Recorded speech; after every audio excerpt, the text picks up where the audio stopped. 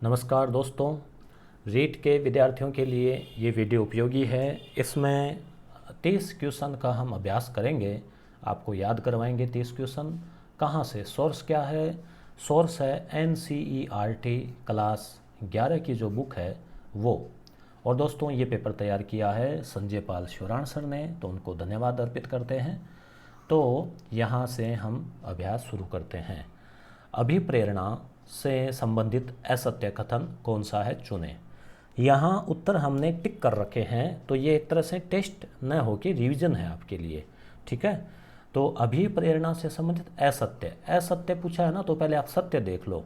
अभिप्रेरणा motivation, तीव्र उपलब्धि अभिप्रेरक का कड़ी मेहनत से प्रत्यक्ष संबंध है। बिल्कुल, कड़ी मेहनत होगी, अभिप्रेरणा ज़्यादा होगी। तो अगले को पढ़ते हैं। अभिप्रेरक वे सामान्य स्थितियां हैं जिनके आधार पर हम भिन्न परिस्थितियों में व्यवहार के बारे में पूर्वानुमान लगा सकते हैं। अभिप्रेरणा से अनुमान लग जाता है कि इतना मोटिवेशन जरूर ही कुछ करेगा। अभिप्रेरणा के विस्तृत दायरे में मूल प्रवृत्तियां, अंतर्नोद, आवश्यकताएं, लक्ष्य, उत्प्रेरक शामिल है। तो ये भी सत्य है। अब असत्य, अब इसको देखो। अभिप्रेरणा व्यवहार का निर्धारक नहीं है। क्यों नहीं है? अभिप्रेरणा व्यवहार का निर्धारक है। तो समझ में आ गई बात आपके।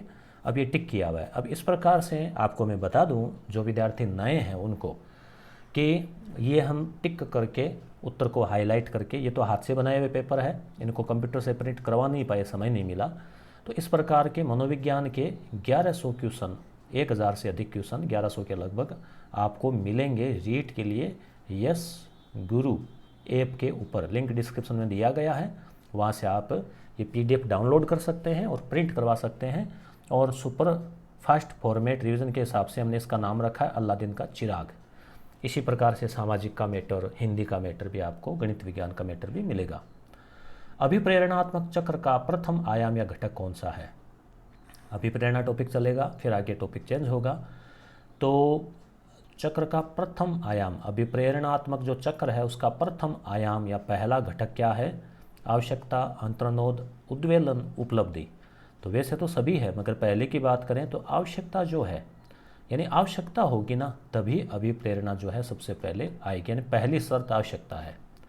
किसी आवश्यकता के कारण जो तनाव या उद्वेलन उत्पन्न होता है उसे क्या कहते हैं? आवश्यकता हुई, जैसे आपको प्यास लगी, तो जो तनाव हुआ, मन में हो रहा है कि प्यास लग रही है, तो वो क्या कहलाता है? अंतर्नोद कहलाता है। अंतर्नोद को जन्म देती है कौन देता है? अंतर्नोद कहाँ से उत्पन्न होता है? तो आवश्यकता से उत्पन्न होता है, ध्यान रखना। आवश्यकता से अंतर्नोद और आवश्यकता से ही अभिप्रेरणा।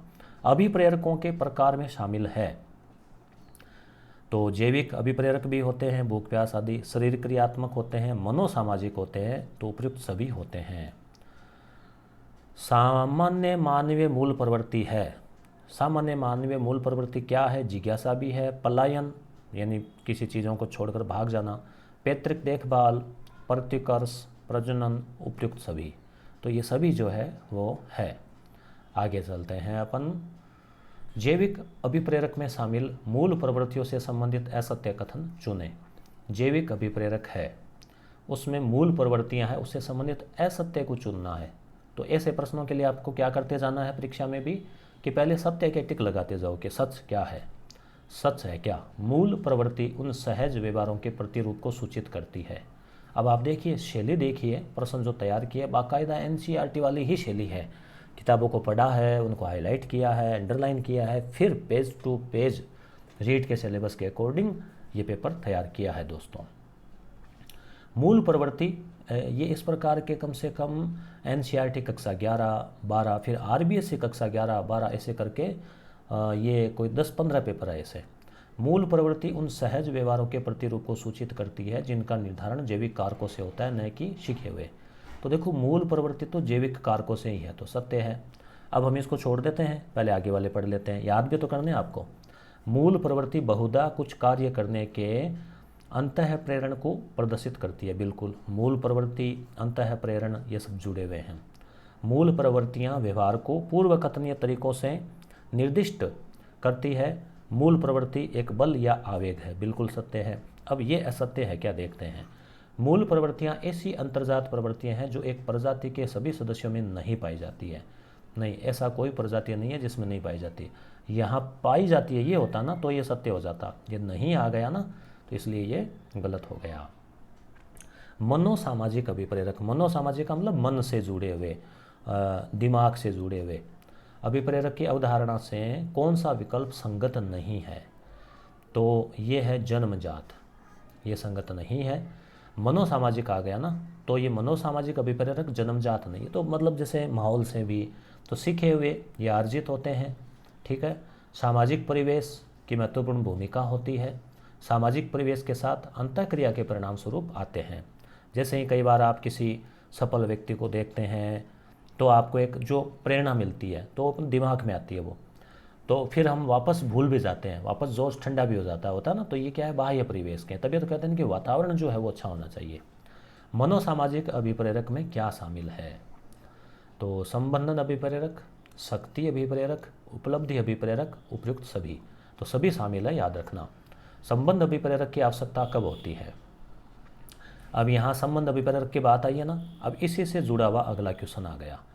संबंध अभिप्रेरक की आवश्यकता जब मानव स्वयं को खतरे में महसूस करें तब, क्योंकि उसको चाहिए कि उसका कोई सहयोग करे। जब मनुष्य स्वयं को ऐसा ही महसूस करें, जब व्यक्ति प्रसन्न होता है तो अपनी प्रसन्नता भी तो बांटना चाहता है ना, कि अरे आज मैं बहुत खुश हूँ, वो पूछेगा भाई भाई बताओ क्यों, क्या कारण है, तो अब अकेले खुश हो गए, किसी ने पूछा ही नहीं, तो उपयुक्त सभी। तो ये तीनों फैक्ट दिए हैं ताकि आप संबंध अभिप्रेरक को भी जान सको।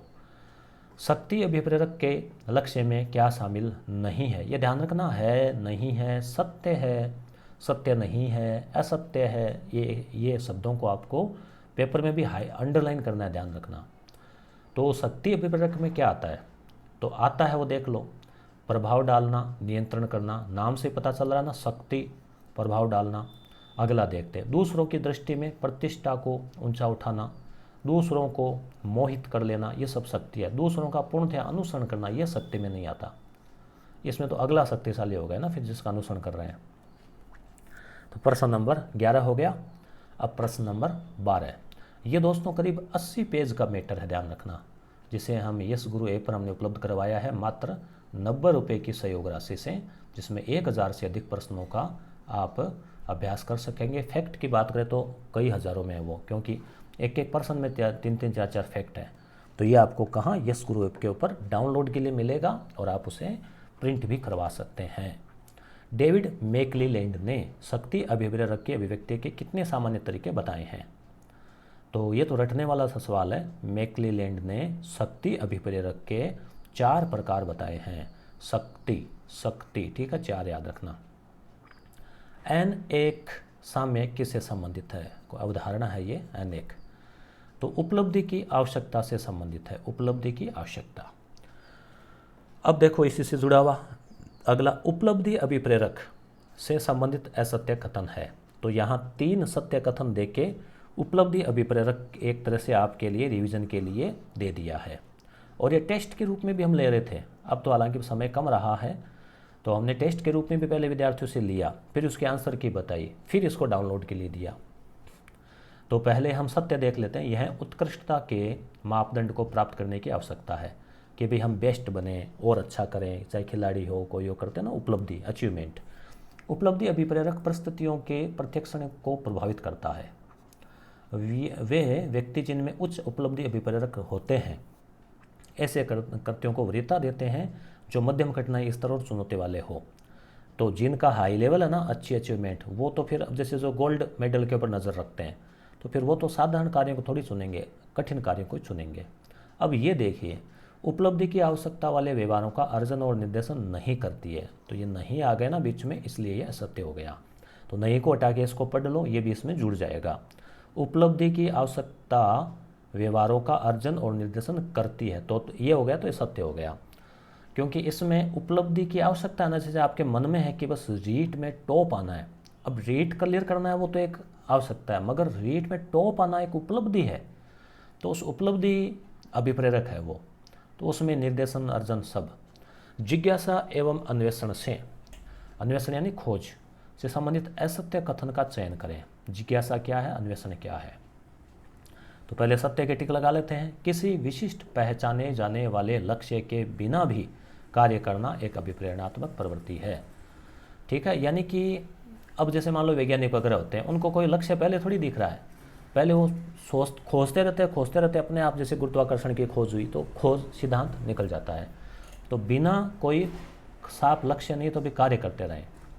नए अनुभव प्राप्त करने की इच्छा, भाई खोज में तो यही होता है, सूचनाएं प्राप्त करने से प्रसन्नता की अनुभूति कि अरे वाह ये पता लगा लिया, शुक्र ग्रह पर वातावरण ऐसा है इत्यादि। ये सब क्या है? जिज्ञासा, अन्वेषण, अभिप्रेरणा है ये। अगला पढ़ते हैं, पहले सत्य वाला। विभिन्न प्रकार के संवेदी उद्दीपक की आवश्यकता जिज्ञासा से घनिष्ठ रूप से संबद्ध होती है। तो विभिन्न प्रकार के संवेदी उद्दीपन जो होते हैं, यानी जो उद्दीपन है उनका जिज्ञासा से भी जो है संबंध होता है। अब ये जो गलत वाला था ना, इसको देखते हैं। जिज्ञासापूर्ण व्यवहार केवल मानवों में पाया जाता है, पशुओं में नहीं पाया जाता। सत्य है क्या? नहीं, सत्य नहीं है। मनोविज्ञान में आपने देखा है चूहों पे, कुत्ते पे प्रयोग हुआ है, तो इसलिए जो है पशुओं में भी पाया जाता है। ध्यान रखना, ये नहीं जो है ना, इसको आप कन्फ्यूजन नहीं होना है, ठीक है। आगे, मेस्लो का आवश्यकता पदानुक्रम मॉडल के पिरामिड के तल में क्या है? ठीक है, तो मेस्लो का सिद्धांत है ये, मेस्लो का आवश्यकता पदानुक्रम। याद है ना आपको वो?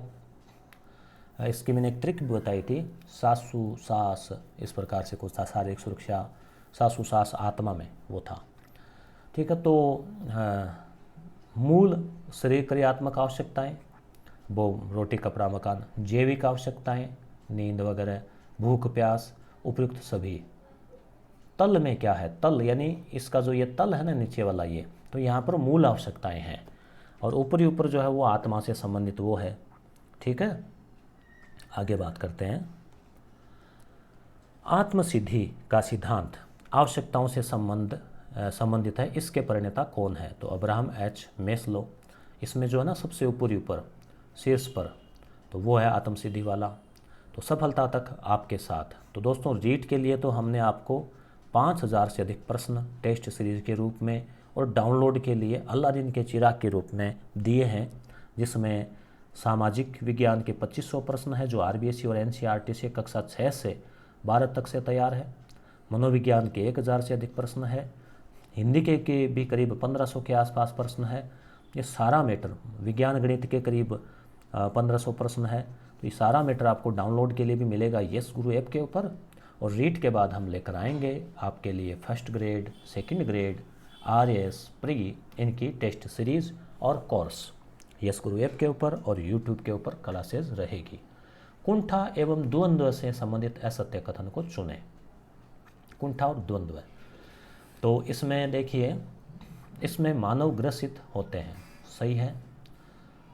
सत्य कथन को चुने पूछा है, सत्य, ठीक है। यह व्यक्ति की क्षमता को प्रभावित करती है। कुंठा का प्रमुख स्रोत अभिप्रेरणात्मक द्वंद्व है, यानी कि जैसे ये करें कि ये करें, तो उपयुक्त सभी ध्यान रखना। 30 क्वेश्चन कुल है, 19 पेपर आ गए हैं। कुंठा से संबंधित असत्य कथन चुने। पुनः देख लो कुंठा क्या है, आपके पूरा समझ में आ जाएगा या रिवीजन हो जाएगा। एनसीईआरटी की लैंग्वेज क्या है वो भी। कुंठा तब उत्पन्न होती है जब पूर्वापेक्षित इष्ट लक्ष्य प्राप्त नहीं होता तथा अभिप्रेरक अवरुद्ध हो जाता है। ठीक है, यानी कि लक्ष्य प्राप्त नहीं हो पाता ना, तो कुंठा आ जाती है। कुंठा विमुखी दशा नहीं है, नहीं, ये जो है ना यह सत्य है। कुंठा भी एक विमुखी दशा है, यानी फिर आदमी विमुख हो जाता है। कुंठा के कारण विभिन्न व्यवहारात्मक तथा संवेगात्मक प्रतिक्रियाएं होती है, जैसे मान लो गुस्सा होना, चिड़चिड़ा होना वगैरह वगैरह। आक्रामक व्यवहार, स्थिरण, पलायन, परिहार, रोना कुंठा के कारण हो सकते हैं, ठीक है। कुंठा आक्रामकता, फ्रस्ट्रेशन, एग्रेशन की परिकल्पना से संबंधित है, कौन बताइए? तो डोलार्ड और मिलर, टेलर नहीं है, ध्यान रखना, ठीक है। डोलार्ड और मिलर, कोई ट्रिक से याद रख लेना, है ना, डोमी ऐसे। कुंठा के प्रमुख स्रोत या कारण क्या है? तो यहाँ सभी है, तो तीनों देख लो। एक तो पर्यावरणीय बल, यानी पर्यावरण अगर मान लो नेगेटिव हो, सिलेक्शन नहीं हुआ, फिर लोग बार बार पूछे क्या हुआ, है ना। व्यक्तिगत कारण, पर्सनल भी हो जाता है खुद का लक्ष्य। विभिन्न अभिप्रेरकों के मध्य द्वंद्व कि फर्स्ट ग्रेड की तैयारी करें कि रीट की करें कि सेकंड ग्रेड की करें, ऐसे। जब कभी एक व्यक्ति को परस्पर विरोधी आवश्यकताओं, इच्छाओं, अभिप्रेरकों तथा मांगों के बीच चयन करना पड़ता है तो उसे क्या कहते हैं? याद रखना है। जब परस्पर विरोधी आवश्यकता है कि भाई या तो आपको एक चीज़ लेनी है, या तो ये ले लो या फिर ये ले लो, तो उनके बीच में चयन की दिक्कत आ जाती है, तो उसे कहते हैं द्वंद्व, कॉन्फ्लिक्ट। और द्वंद्व के बाद कुंठा उत्पन्न होती है, ध्यान रखना। द्वंद्व हो फिर लास्ट में मान लो दोनों छोड़ दें, दोनों ही प्राप्त नहीं हो, तब की स्थिति में द्वंद्व से संबंधित है सत्य कथन। अब यहाँ पुनः देखिए, द्वंद्व को लिया गया है और पूरा द्वंद्व क्या है आपको समझा दिया गया है। तो यहाँ पे सत्य कथन को चुनना है। जब दो विध्यात्मक तथा इष्ट विकल्पों में से एक का चयन करना पड़ता है तो उपागम द्वंद्व होता है, यानी ये लूँ या ये लूँ। वो होता ना, बाज़ार में कई बार किताब लाने जाते हैं, कपड़े लाने जाते हैं, कोई भी चीज़ हो, अक्सर ऐसा होता ही रहता है। जब दो निषेधात्मक यानी मनाई वाले की ये भी नहीं करना, ये भी नहीं करना, और परस्पर अवांछनीय विकल्पों में से एक को चुनना पड़ता है, तो परिहार द्वंद्व, यानी इधर कुआं इधर खाई, एक में तो गिरना है, किस में गिरे। जब एक ही क्रिया, ये याद रखना, ये शब्द परिहार उपागम, जब एक ही क्रिया या लक्ष्य आकृष्ट भी करे और प्रतिकर्षण भी हो तो उपागम परिहार। अब ऐसी स्थिति यानी आपका मन कर भी रहा है कि ये कर लूँ, जैसे मान लो बाजार गए और कहा कि बर्गर है वो खा ले, अब मन कर रहा है खा ले, दूसरा मन कर रहा है नहीं, इसके बजाय तो क्यों ना सेव लेके खाएं, है ना, ये तो नुकसान करेगा, फास्ट फूड है। दूसरे तब मन कर रहा है नहीं इसको खाए, तो एक तरफ उपागम एक तरफ परिहार, तो द्वंद्व के करें कि नहीं करें, करें कि नहीं करें। ठीक है, तो उपयुक्त सभी सत्य है, याद रख लेना इसको, ये द्वंद्व है। एक व्यक्ति मोटापे से ग्रस्त है। अब आप कहेंगे इसकी PDF कहाँ है? जिन्होंने कोर्स नहीं ले रखा है उनको भी ये PDF अगर देनी हो तो टेलीग्राम चैनल आप जो है डिस्क्रिप्शन में लिंक दिया गया है, वहाँ से इसे ले सकते हैं। और पूरा कोर्स चाहिए तो आप यस गुरु ऐप पे जाइए। ये एक व्यक्ति मोटापे से ग्रस्त है, ठीक है, किंतु क्वेश्चन नंबर ये 24 है, 24, किंतु बहुत भोजन करना चाहता है, यह किस प्रकार का द्वंद्व है? यानी जीभ उसके भोजन कर रहा है तभी तो मोटापे से हुआ है, तो उपागम परिहार द्वंद्व। वही बात है ना, मैं बर्गर वाला दिया उदाहरण, चाहता है मोटापा है नहीं खाऊं, मगर उपागम इच्छा है खा ले, खाऊं नहीं खाऊं, खाऊं नहीं खाऊं, फिर कहकर नहीं खाऊं। ठीक है सुनील ने रीट 2021 का फॉर्म भरा है, देखिए कितना शानदार उदाहरण है। ठीक है, और वह कहीं आप में भी किसी का सुनील नाम तो नहीं है बाई चांस? वह तृतीय श्रेणी का शिक्षक बनना चाहता है लेकिन वह कठोर मेहनत नहीं करना चाहता। यहाँ किस प्रकार का द्वंद्व देखने को मिल रहा है? उपागम परिहार, यानी एक तरफ इच्छा तो है कि ये प्राप्त कर लूँ मगर काम से बच रहा है। असत्य कथन का चयन करें। एक ही समय में अनेक इच्छाओं तथा आवश्यकताओं का अस्तित्व है, द्वंद्व की विशेषता है। सही है क्या? सही है, तभी तो द्वंद्व होगा ना, कि एक से ज़्यादा इच्छा हो। द्वंद्वात्मक परिस्थितियों का समाधान प्रत्येक विकल्प के पक्ष और विपक्ष के तर्कों पर सोच विचार करने के बाद ही करना चाहिए। ये देखो, ये आपके सबसे बढ़िया समाधान है, याद रखना, इसको जीवन में भी काम आएगा। जब कभी भी द्वंद्व हो तो अक्कड़ बक्कड़ नहीं करना, अक्कड़ बक्कड़ बम्बे बो 80-90 पूरे 100, ये 100 पे वो है ना रखा धागा कि चलो ये ले लेते, नहीं। आप तर्क करिए कि ये किताब लूँ तो क्यों लूँ, ये कपड़ा लूँ तो क्यों लूँ, जैसे 2 ड्रेस है, ये लूँ कि ये लूँ। ठीक है, फर्स्ट ग्रेड की तैयारी करें कि जीट की करें, तो आप लॉजिक लगाइए, पक्ष में तर्क दीजिए, विपक्ष में तर्क दीजिए, और फिर आप उनकी सूची बना सकते हैं या सोच सकते हैं कि ज़्यादा नुकसान ज़्यादा फ़ायदा किस में है, किसके ज़्यादा रुपए लग रहे हैं, किस में क्वालिटी अच्छी है, ज़्यादा रुपए लग रहे हैं, क्वालिटी अच्छी है क्या, अभी एग्ज़ाम नज़दीक है फर्स्ट ग्रेड या मान लो रीट, तो पहले रीट की कर लें। वो मतलब आपको सोचना है, तर्क के आधार पे जो है हल करना है। द्वंद्व के कारण कुंठा होती है जिसकी परिणति आक्रामकता में हो सकती है। कुंठा हुई और फिर कोई मिला, छोटा भाई बहन बच्चा, उसके तमाचा जड़ दिया, करना नहीं चाहिए, मगर आप देखते हैं ऐसे उदाहरण। अब ये असत्य है लास्ट वाला, जब कभी एक व्यक्ति को परस्पर विरोधी आवश्यकताओं, इच्छाओं, अभिप्रेरकों और मांगों के बीच चयन करना पड़ता है तो उसे कुंठा होती है। जब कभी एक व्यक्ति को परस्पर विरोधी आवश्यकताओं, तो यहाँ पे क्या था कि असत्य कथन का चयन करें। तो एक ही व्यक्ति अनेक इच्छाओं का हो तो विरोधी इच्छाओं का हो ना, तो ये कुंठा नहीं होगा, फिर ये द्वंद्व हो जाएगा ना, कि उपागम परिहार या परिहार द्वंद्व। कुंठा तो द्वंद्व के बाद पैदा होती है। आप मान लो दोनों ही छोड़ के आ गए, दोनों प्राप्त नहीं कर पाए, ऐसी स्थिति स्व अभिप्रेरणा के उपाय में शामिल है। स्व अभिप्रेरणा, सेल्फ मोटिवेशन, तो यहाँ चारों ही शामिल है, तीनों ही, तो इसलिए तीनों को आप अच्छे से नज़र डाल लो। लक्ष्यों का प्राथमिकता के आधार पर क्रम निर्धारण करना। तो ये स्व अभिप्रेरणा। यानी अगर आपने लक्ष्यों का क्रम पहले छोटे छोटे लक्ष्य फिर बड़े लक्ष्य से तय किए हैं तो आप अपने आप मोटिवेट रहोगे। अब देखिए पूरा ज्ञान तो यहाँ आपके मनोविज्ञान में पड़ा है, आप कहाँ बाहर ढूंढ रहे हैं उसको। कार्य को योजनाबद्ध तथा व्यवस्थित ढंग से करना, प्लान बना के कि इतनी बजे ये करना है, इस तरह से करना है, पहले ये दिन फिर ये। अपने अपेक्षित लक्ष्य तक पहुंचने के लिए अपने कठिन परिश्रम के परिणाम का सदा मानसिक चित्रण करना या कल्पना करने का प्रयत्न करना।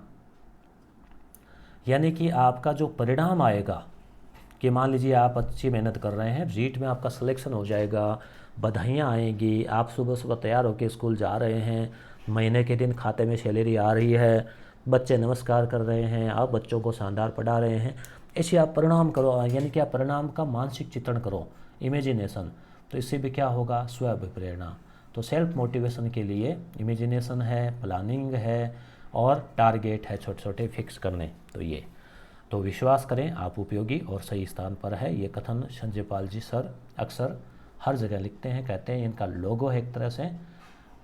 हर्षित जो है अब की बार नया लड़का आया है, रीट 2021 की तैयारी पिछले 3 वर्ष से कर रहा है, मतलब 2018 वाली भर्ती से कर रहा है, शायद उसमें उसका हुआ नहीं होगा। परीक्षा की तिथि बार बार बढ़ने के परिणाम स्वरूप काफ़ी परेशानी। देखिए कैसे प्रैक्टिकल सवाल बनाए हैं सर ने, ठीक है। तो बार बार ये तो होता है ऐसे। अब जब 26 सितंबर 2021 को परीक्षा की तिथि तय हुई है तो वह स्वयं को अभिप्रेरित करना चाहता है। इसके लिए उसे क्या करना चाहिए? पहले से उसके कुंठा है, अब वो कैसे सेल्फ मोटिवेटेड हो, ठीक है, स्व अभिप्रेरणा कैसे आए। तो उपयुक्त सभी है और ये आपके लिए तो ये एक तरह से नैतिक रूप से भी उपदेश की तरह बहुत काम का है। हर्षित को अकाल्पनिक लक्ष्य जैसे कुछ दिनों के, 1 सप्ताह के या 1 माह के निर्धारित करने चाहिए।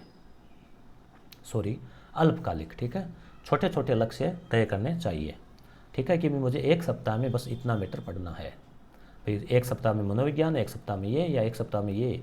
अपने छोटे छोटे लक्ष्य प्राप्त करने पर स्वयं को पुरस्कृत करना चाहिए कि अरे शाबाश शाबाश हर्षित, अपने आप को कहो ऐसे। और प्रत्येक बार लक्ष्य प्राप्त करने पर स्वयं अपनी प्रशंसा एक उपलब्धि प्राप्त करने वाले के रूप में करनी चाहिए कि जैसे उसने ये किया है। यदि लक्ष्य प्राप्त करना कठिन प्रतीत होने लगे तो उसे छोटे अंशों में विभाजित करना चाहिए और एक अंश को पूरा करना चाहिए। जैसे होता है ना कि मान लो आपको 10 किलोमीटर पैदल चलना है तो आप 1 किलोमीटर चले, फिर अरे 10 किलोमीटर कब आएगा हे राम। फिर आप सोचें कि नहीं, अपने को तो बस सिर्फ आधा किलोमीटर और चलना है, फिर रेस्ट करेंगे, फिर वाकई बस आधा किलोमीटर चलना है, रेस्ट करेंगे, फिर आपकी बार 2 किलोमीटर चलना है, फिर रेस्ट करेंगे। तो ऐसे टुकड़ों में आपने किया ना तो टाइम भले थोड़ा लगे मगर आप कर लेंगे, नहीं तो आप पलायन कर जाएंगे। मोहिता रीट और कॉलेज लेक्चरर व्याख्याता दोनों की तैयारी करना चाहती है। देखो आपके लिए कितने शानदार एग्जाम्पल है ना। वह इसके कारण किस प्रकार के द्वंद्व में है? तो परिहार परिहार द्वंद्व है, उपागम उपागम द्वंद्व है। देखो वो ये भी प्राप्त करना चाहती है, वो ये भी प्राप्त करना चाहती है। कई बार ऐसे फिल्मों में आ जाता ना इस प्रकार से प्रेम त्रिकोण की स्टोरी। तो उपागम उपागम द्वंद्व ये हो गया। 21 जून से रीट 2021 के फॉर्म रीओपन हुए। ममता एक विधवा महिला है, उसे भाषा द्वितीय में संस्कृत या फिर इंग्लिश में से एक का चयन करना है। देखो कितने प्रैक्टिकल क्वेश्चन है, आपके साथ बीत रहे होंगे और अभी भी लैंग्वेज के लिए जो मौका मिला रीफॉर्म में, तो आपने देखो 21 जून के इसमें लेटेस्ट उदाहरण दिया है। तो आप जैसे ऐसा हुआ होगा कि इस भाषा कौन सी लें। और विधवा महिलाओं के लिए हम आपको बता दें कि जो विधवा माताएं बहनें हैं उनको भी हमने हमारा जो मटेरियल है 5000 से अधिक क्वेश्चंस का वो उनके घर तक पहुंचाने का हमने जो है वो उत्तरदायित्व लिया था और बाई पोस्ट उनके घर भी हमने पहुंचवाया है। परंतु हमारी सीमाएं, हमने केवल बस इन माताओं बहनों के लिए वो प्रयास किया था और उसमें जिन्होंने भी हमें एड्रेस भेजा उन सब तक हमने पहुंचा दिया। अभी भी आप वीडियो देख रहे हैं, अभी भी समय है, आप कोई 1-2 कोई हो ऐसे तो ज़रूर कमेंट करें, केवल विडो कैटेगरी की महिला। और आपको अगर मिला है हमारा मटेरियल तो भी आप कमेंट करके बता सकते हैं हमें। हालांकि आपने बताया था व्हाट्सएप पे, पर यूट्यूब पर भी आप पब्लिकली बाकी स्टूडेंट्स को भी बता सकते हैं। तो पढ़ाई छोड़े हुए 10 वर्ष होने के कारण उसे संस्कृत और इंग्लिश दोनों बहुत कठिन लग रहे हैं, लेकिन एक भाषा उसे चुननी होगी। यहाँ ममता किस प्रकार के द्वंद्वों का सामना कर रही है कि ये करूँ कि ये करूँ।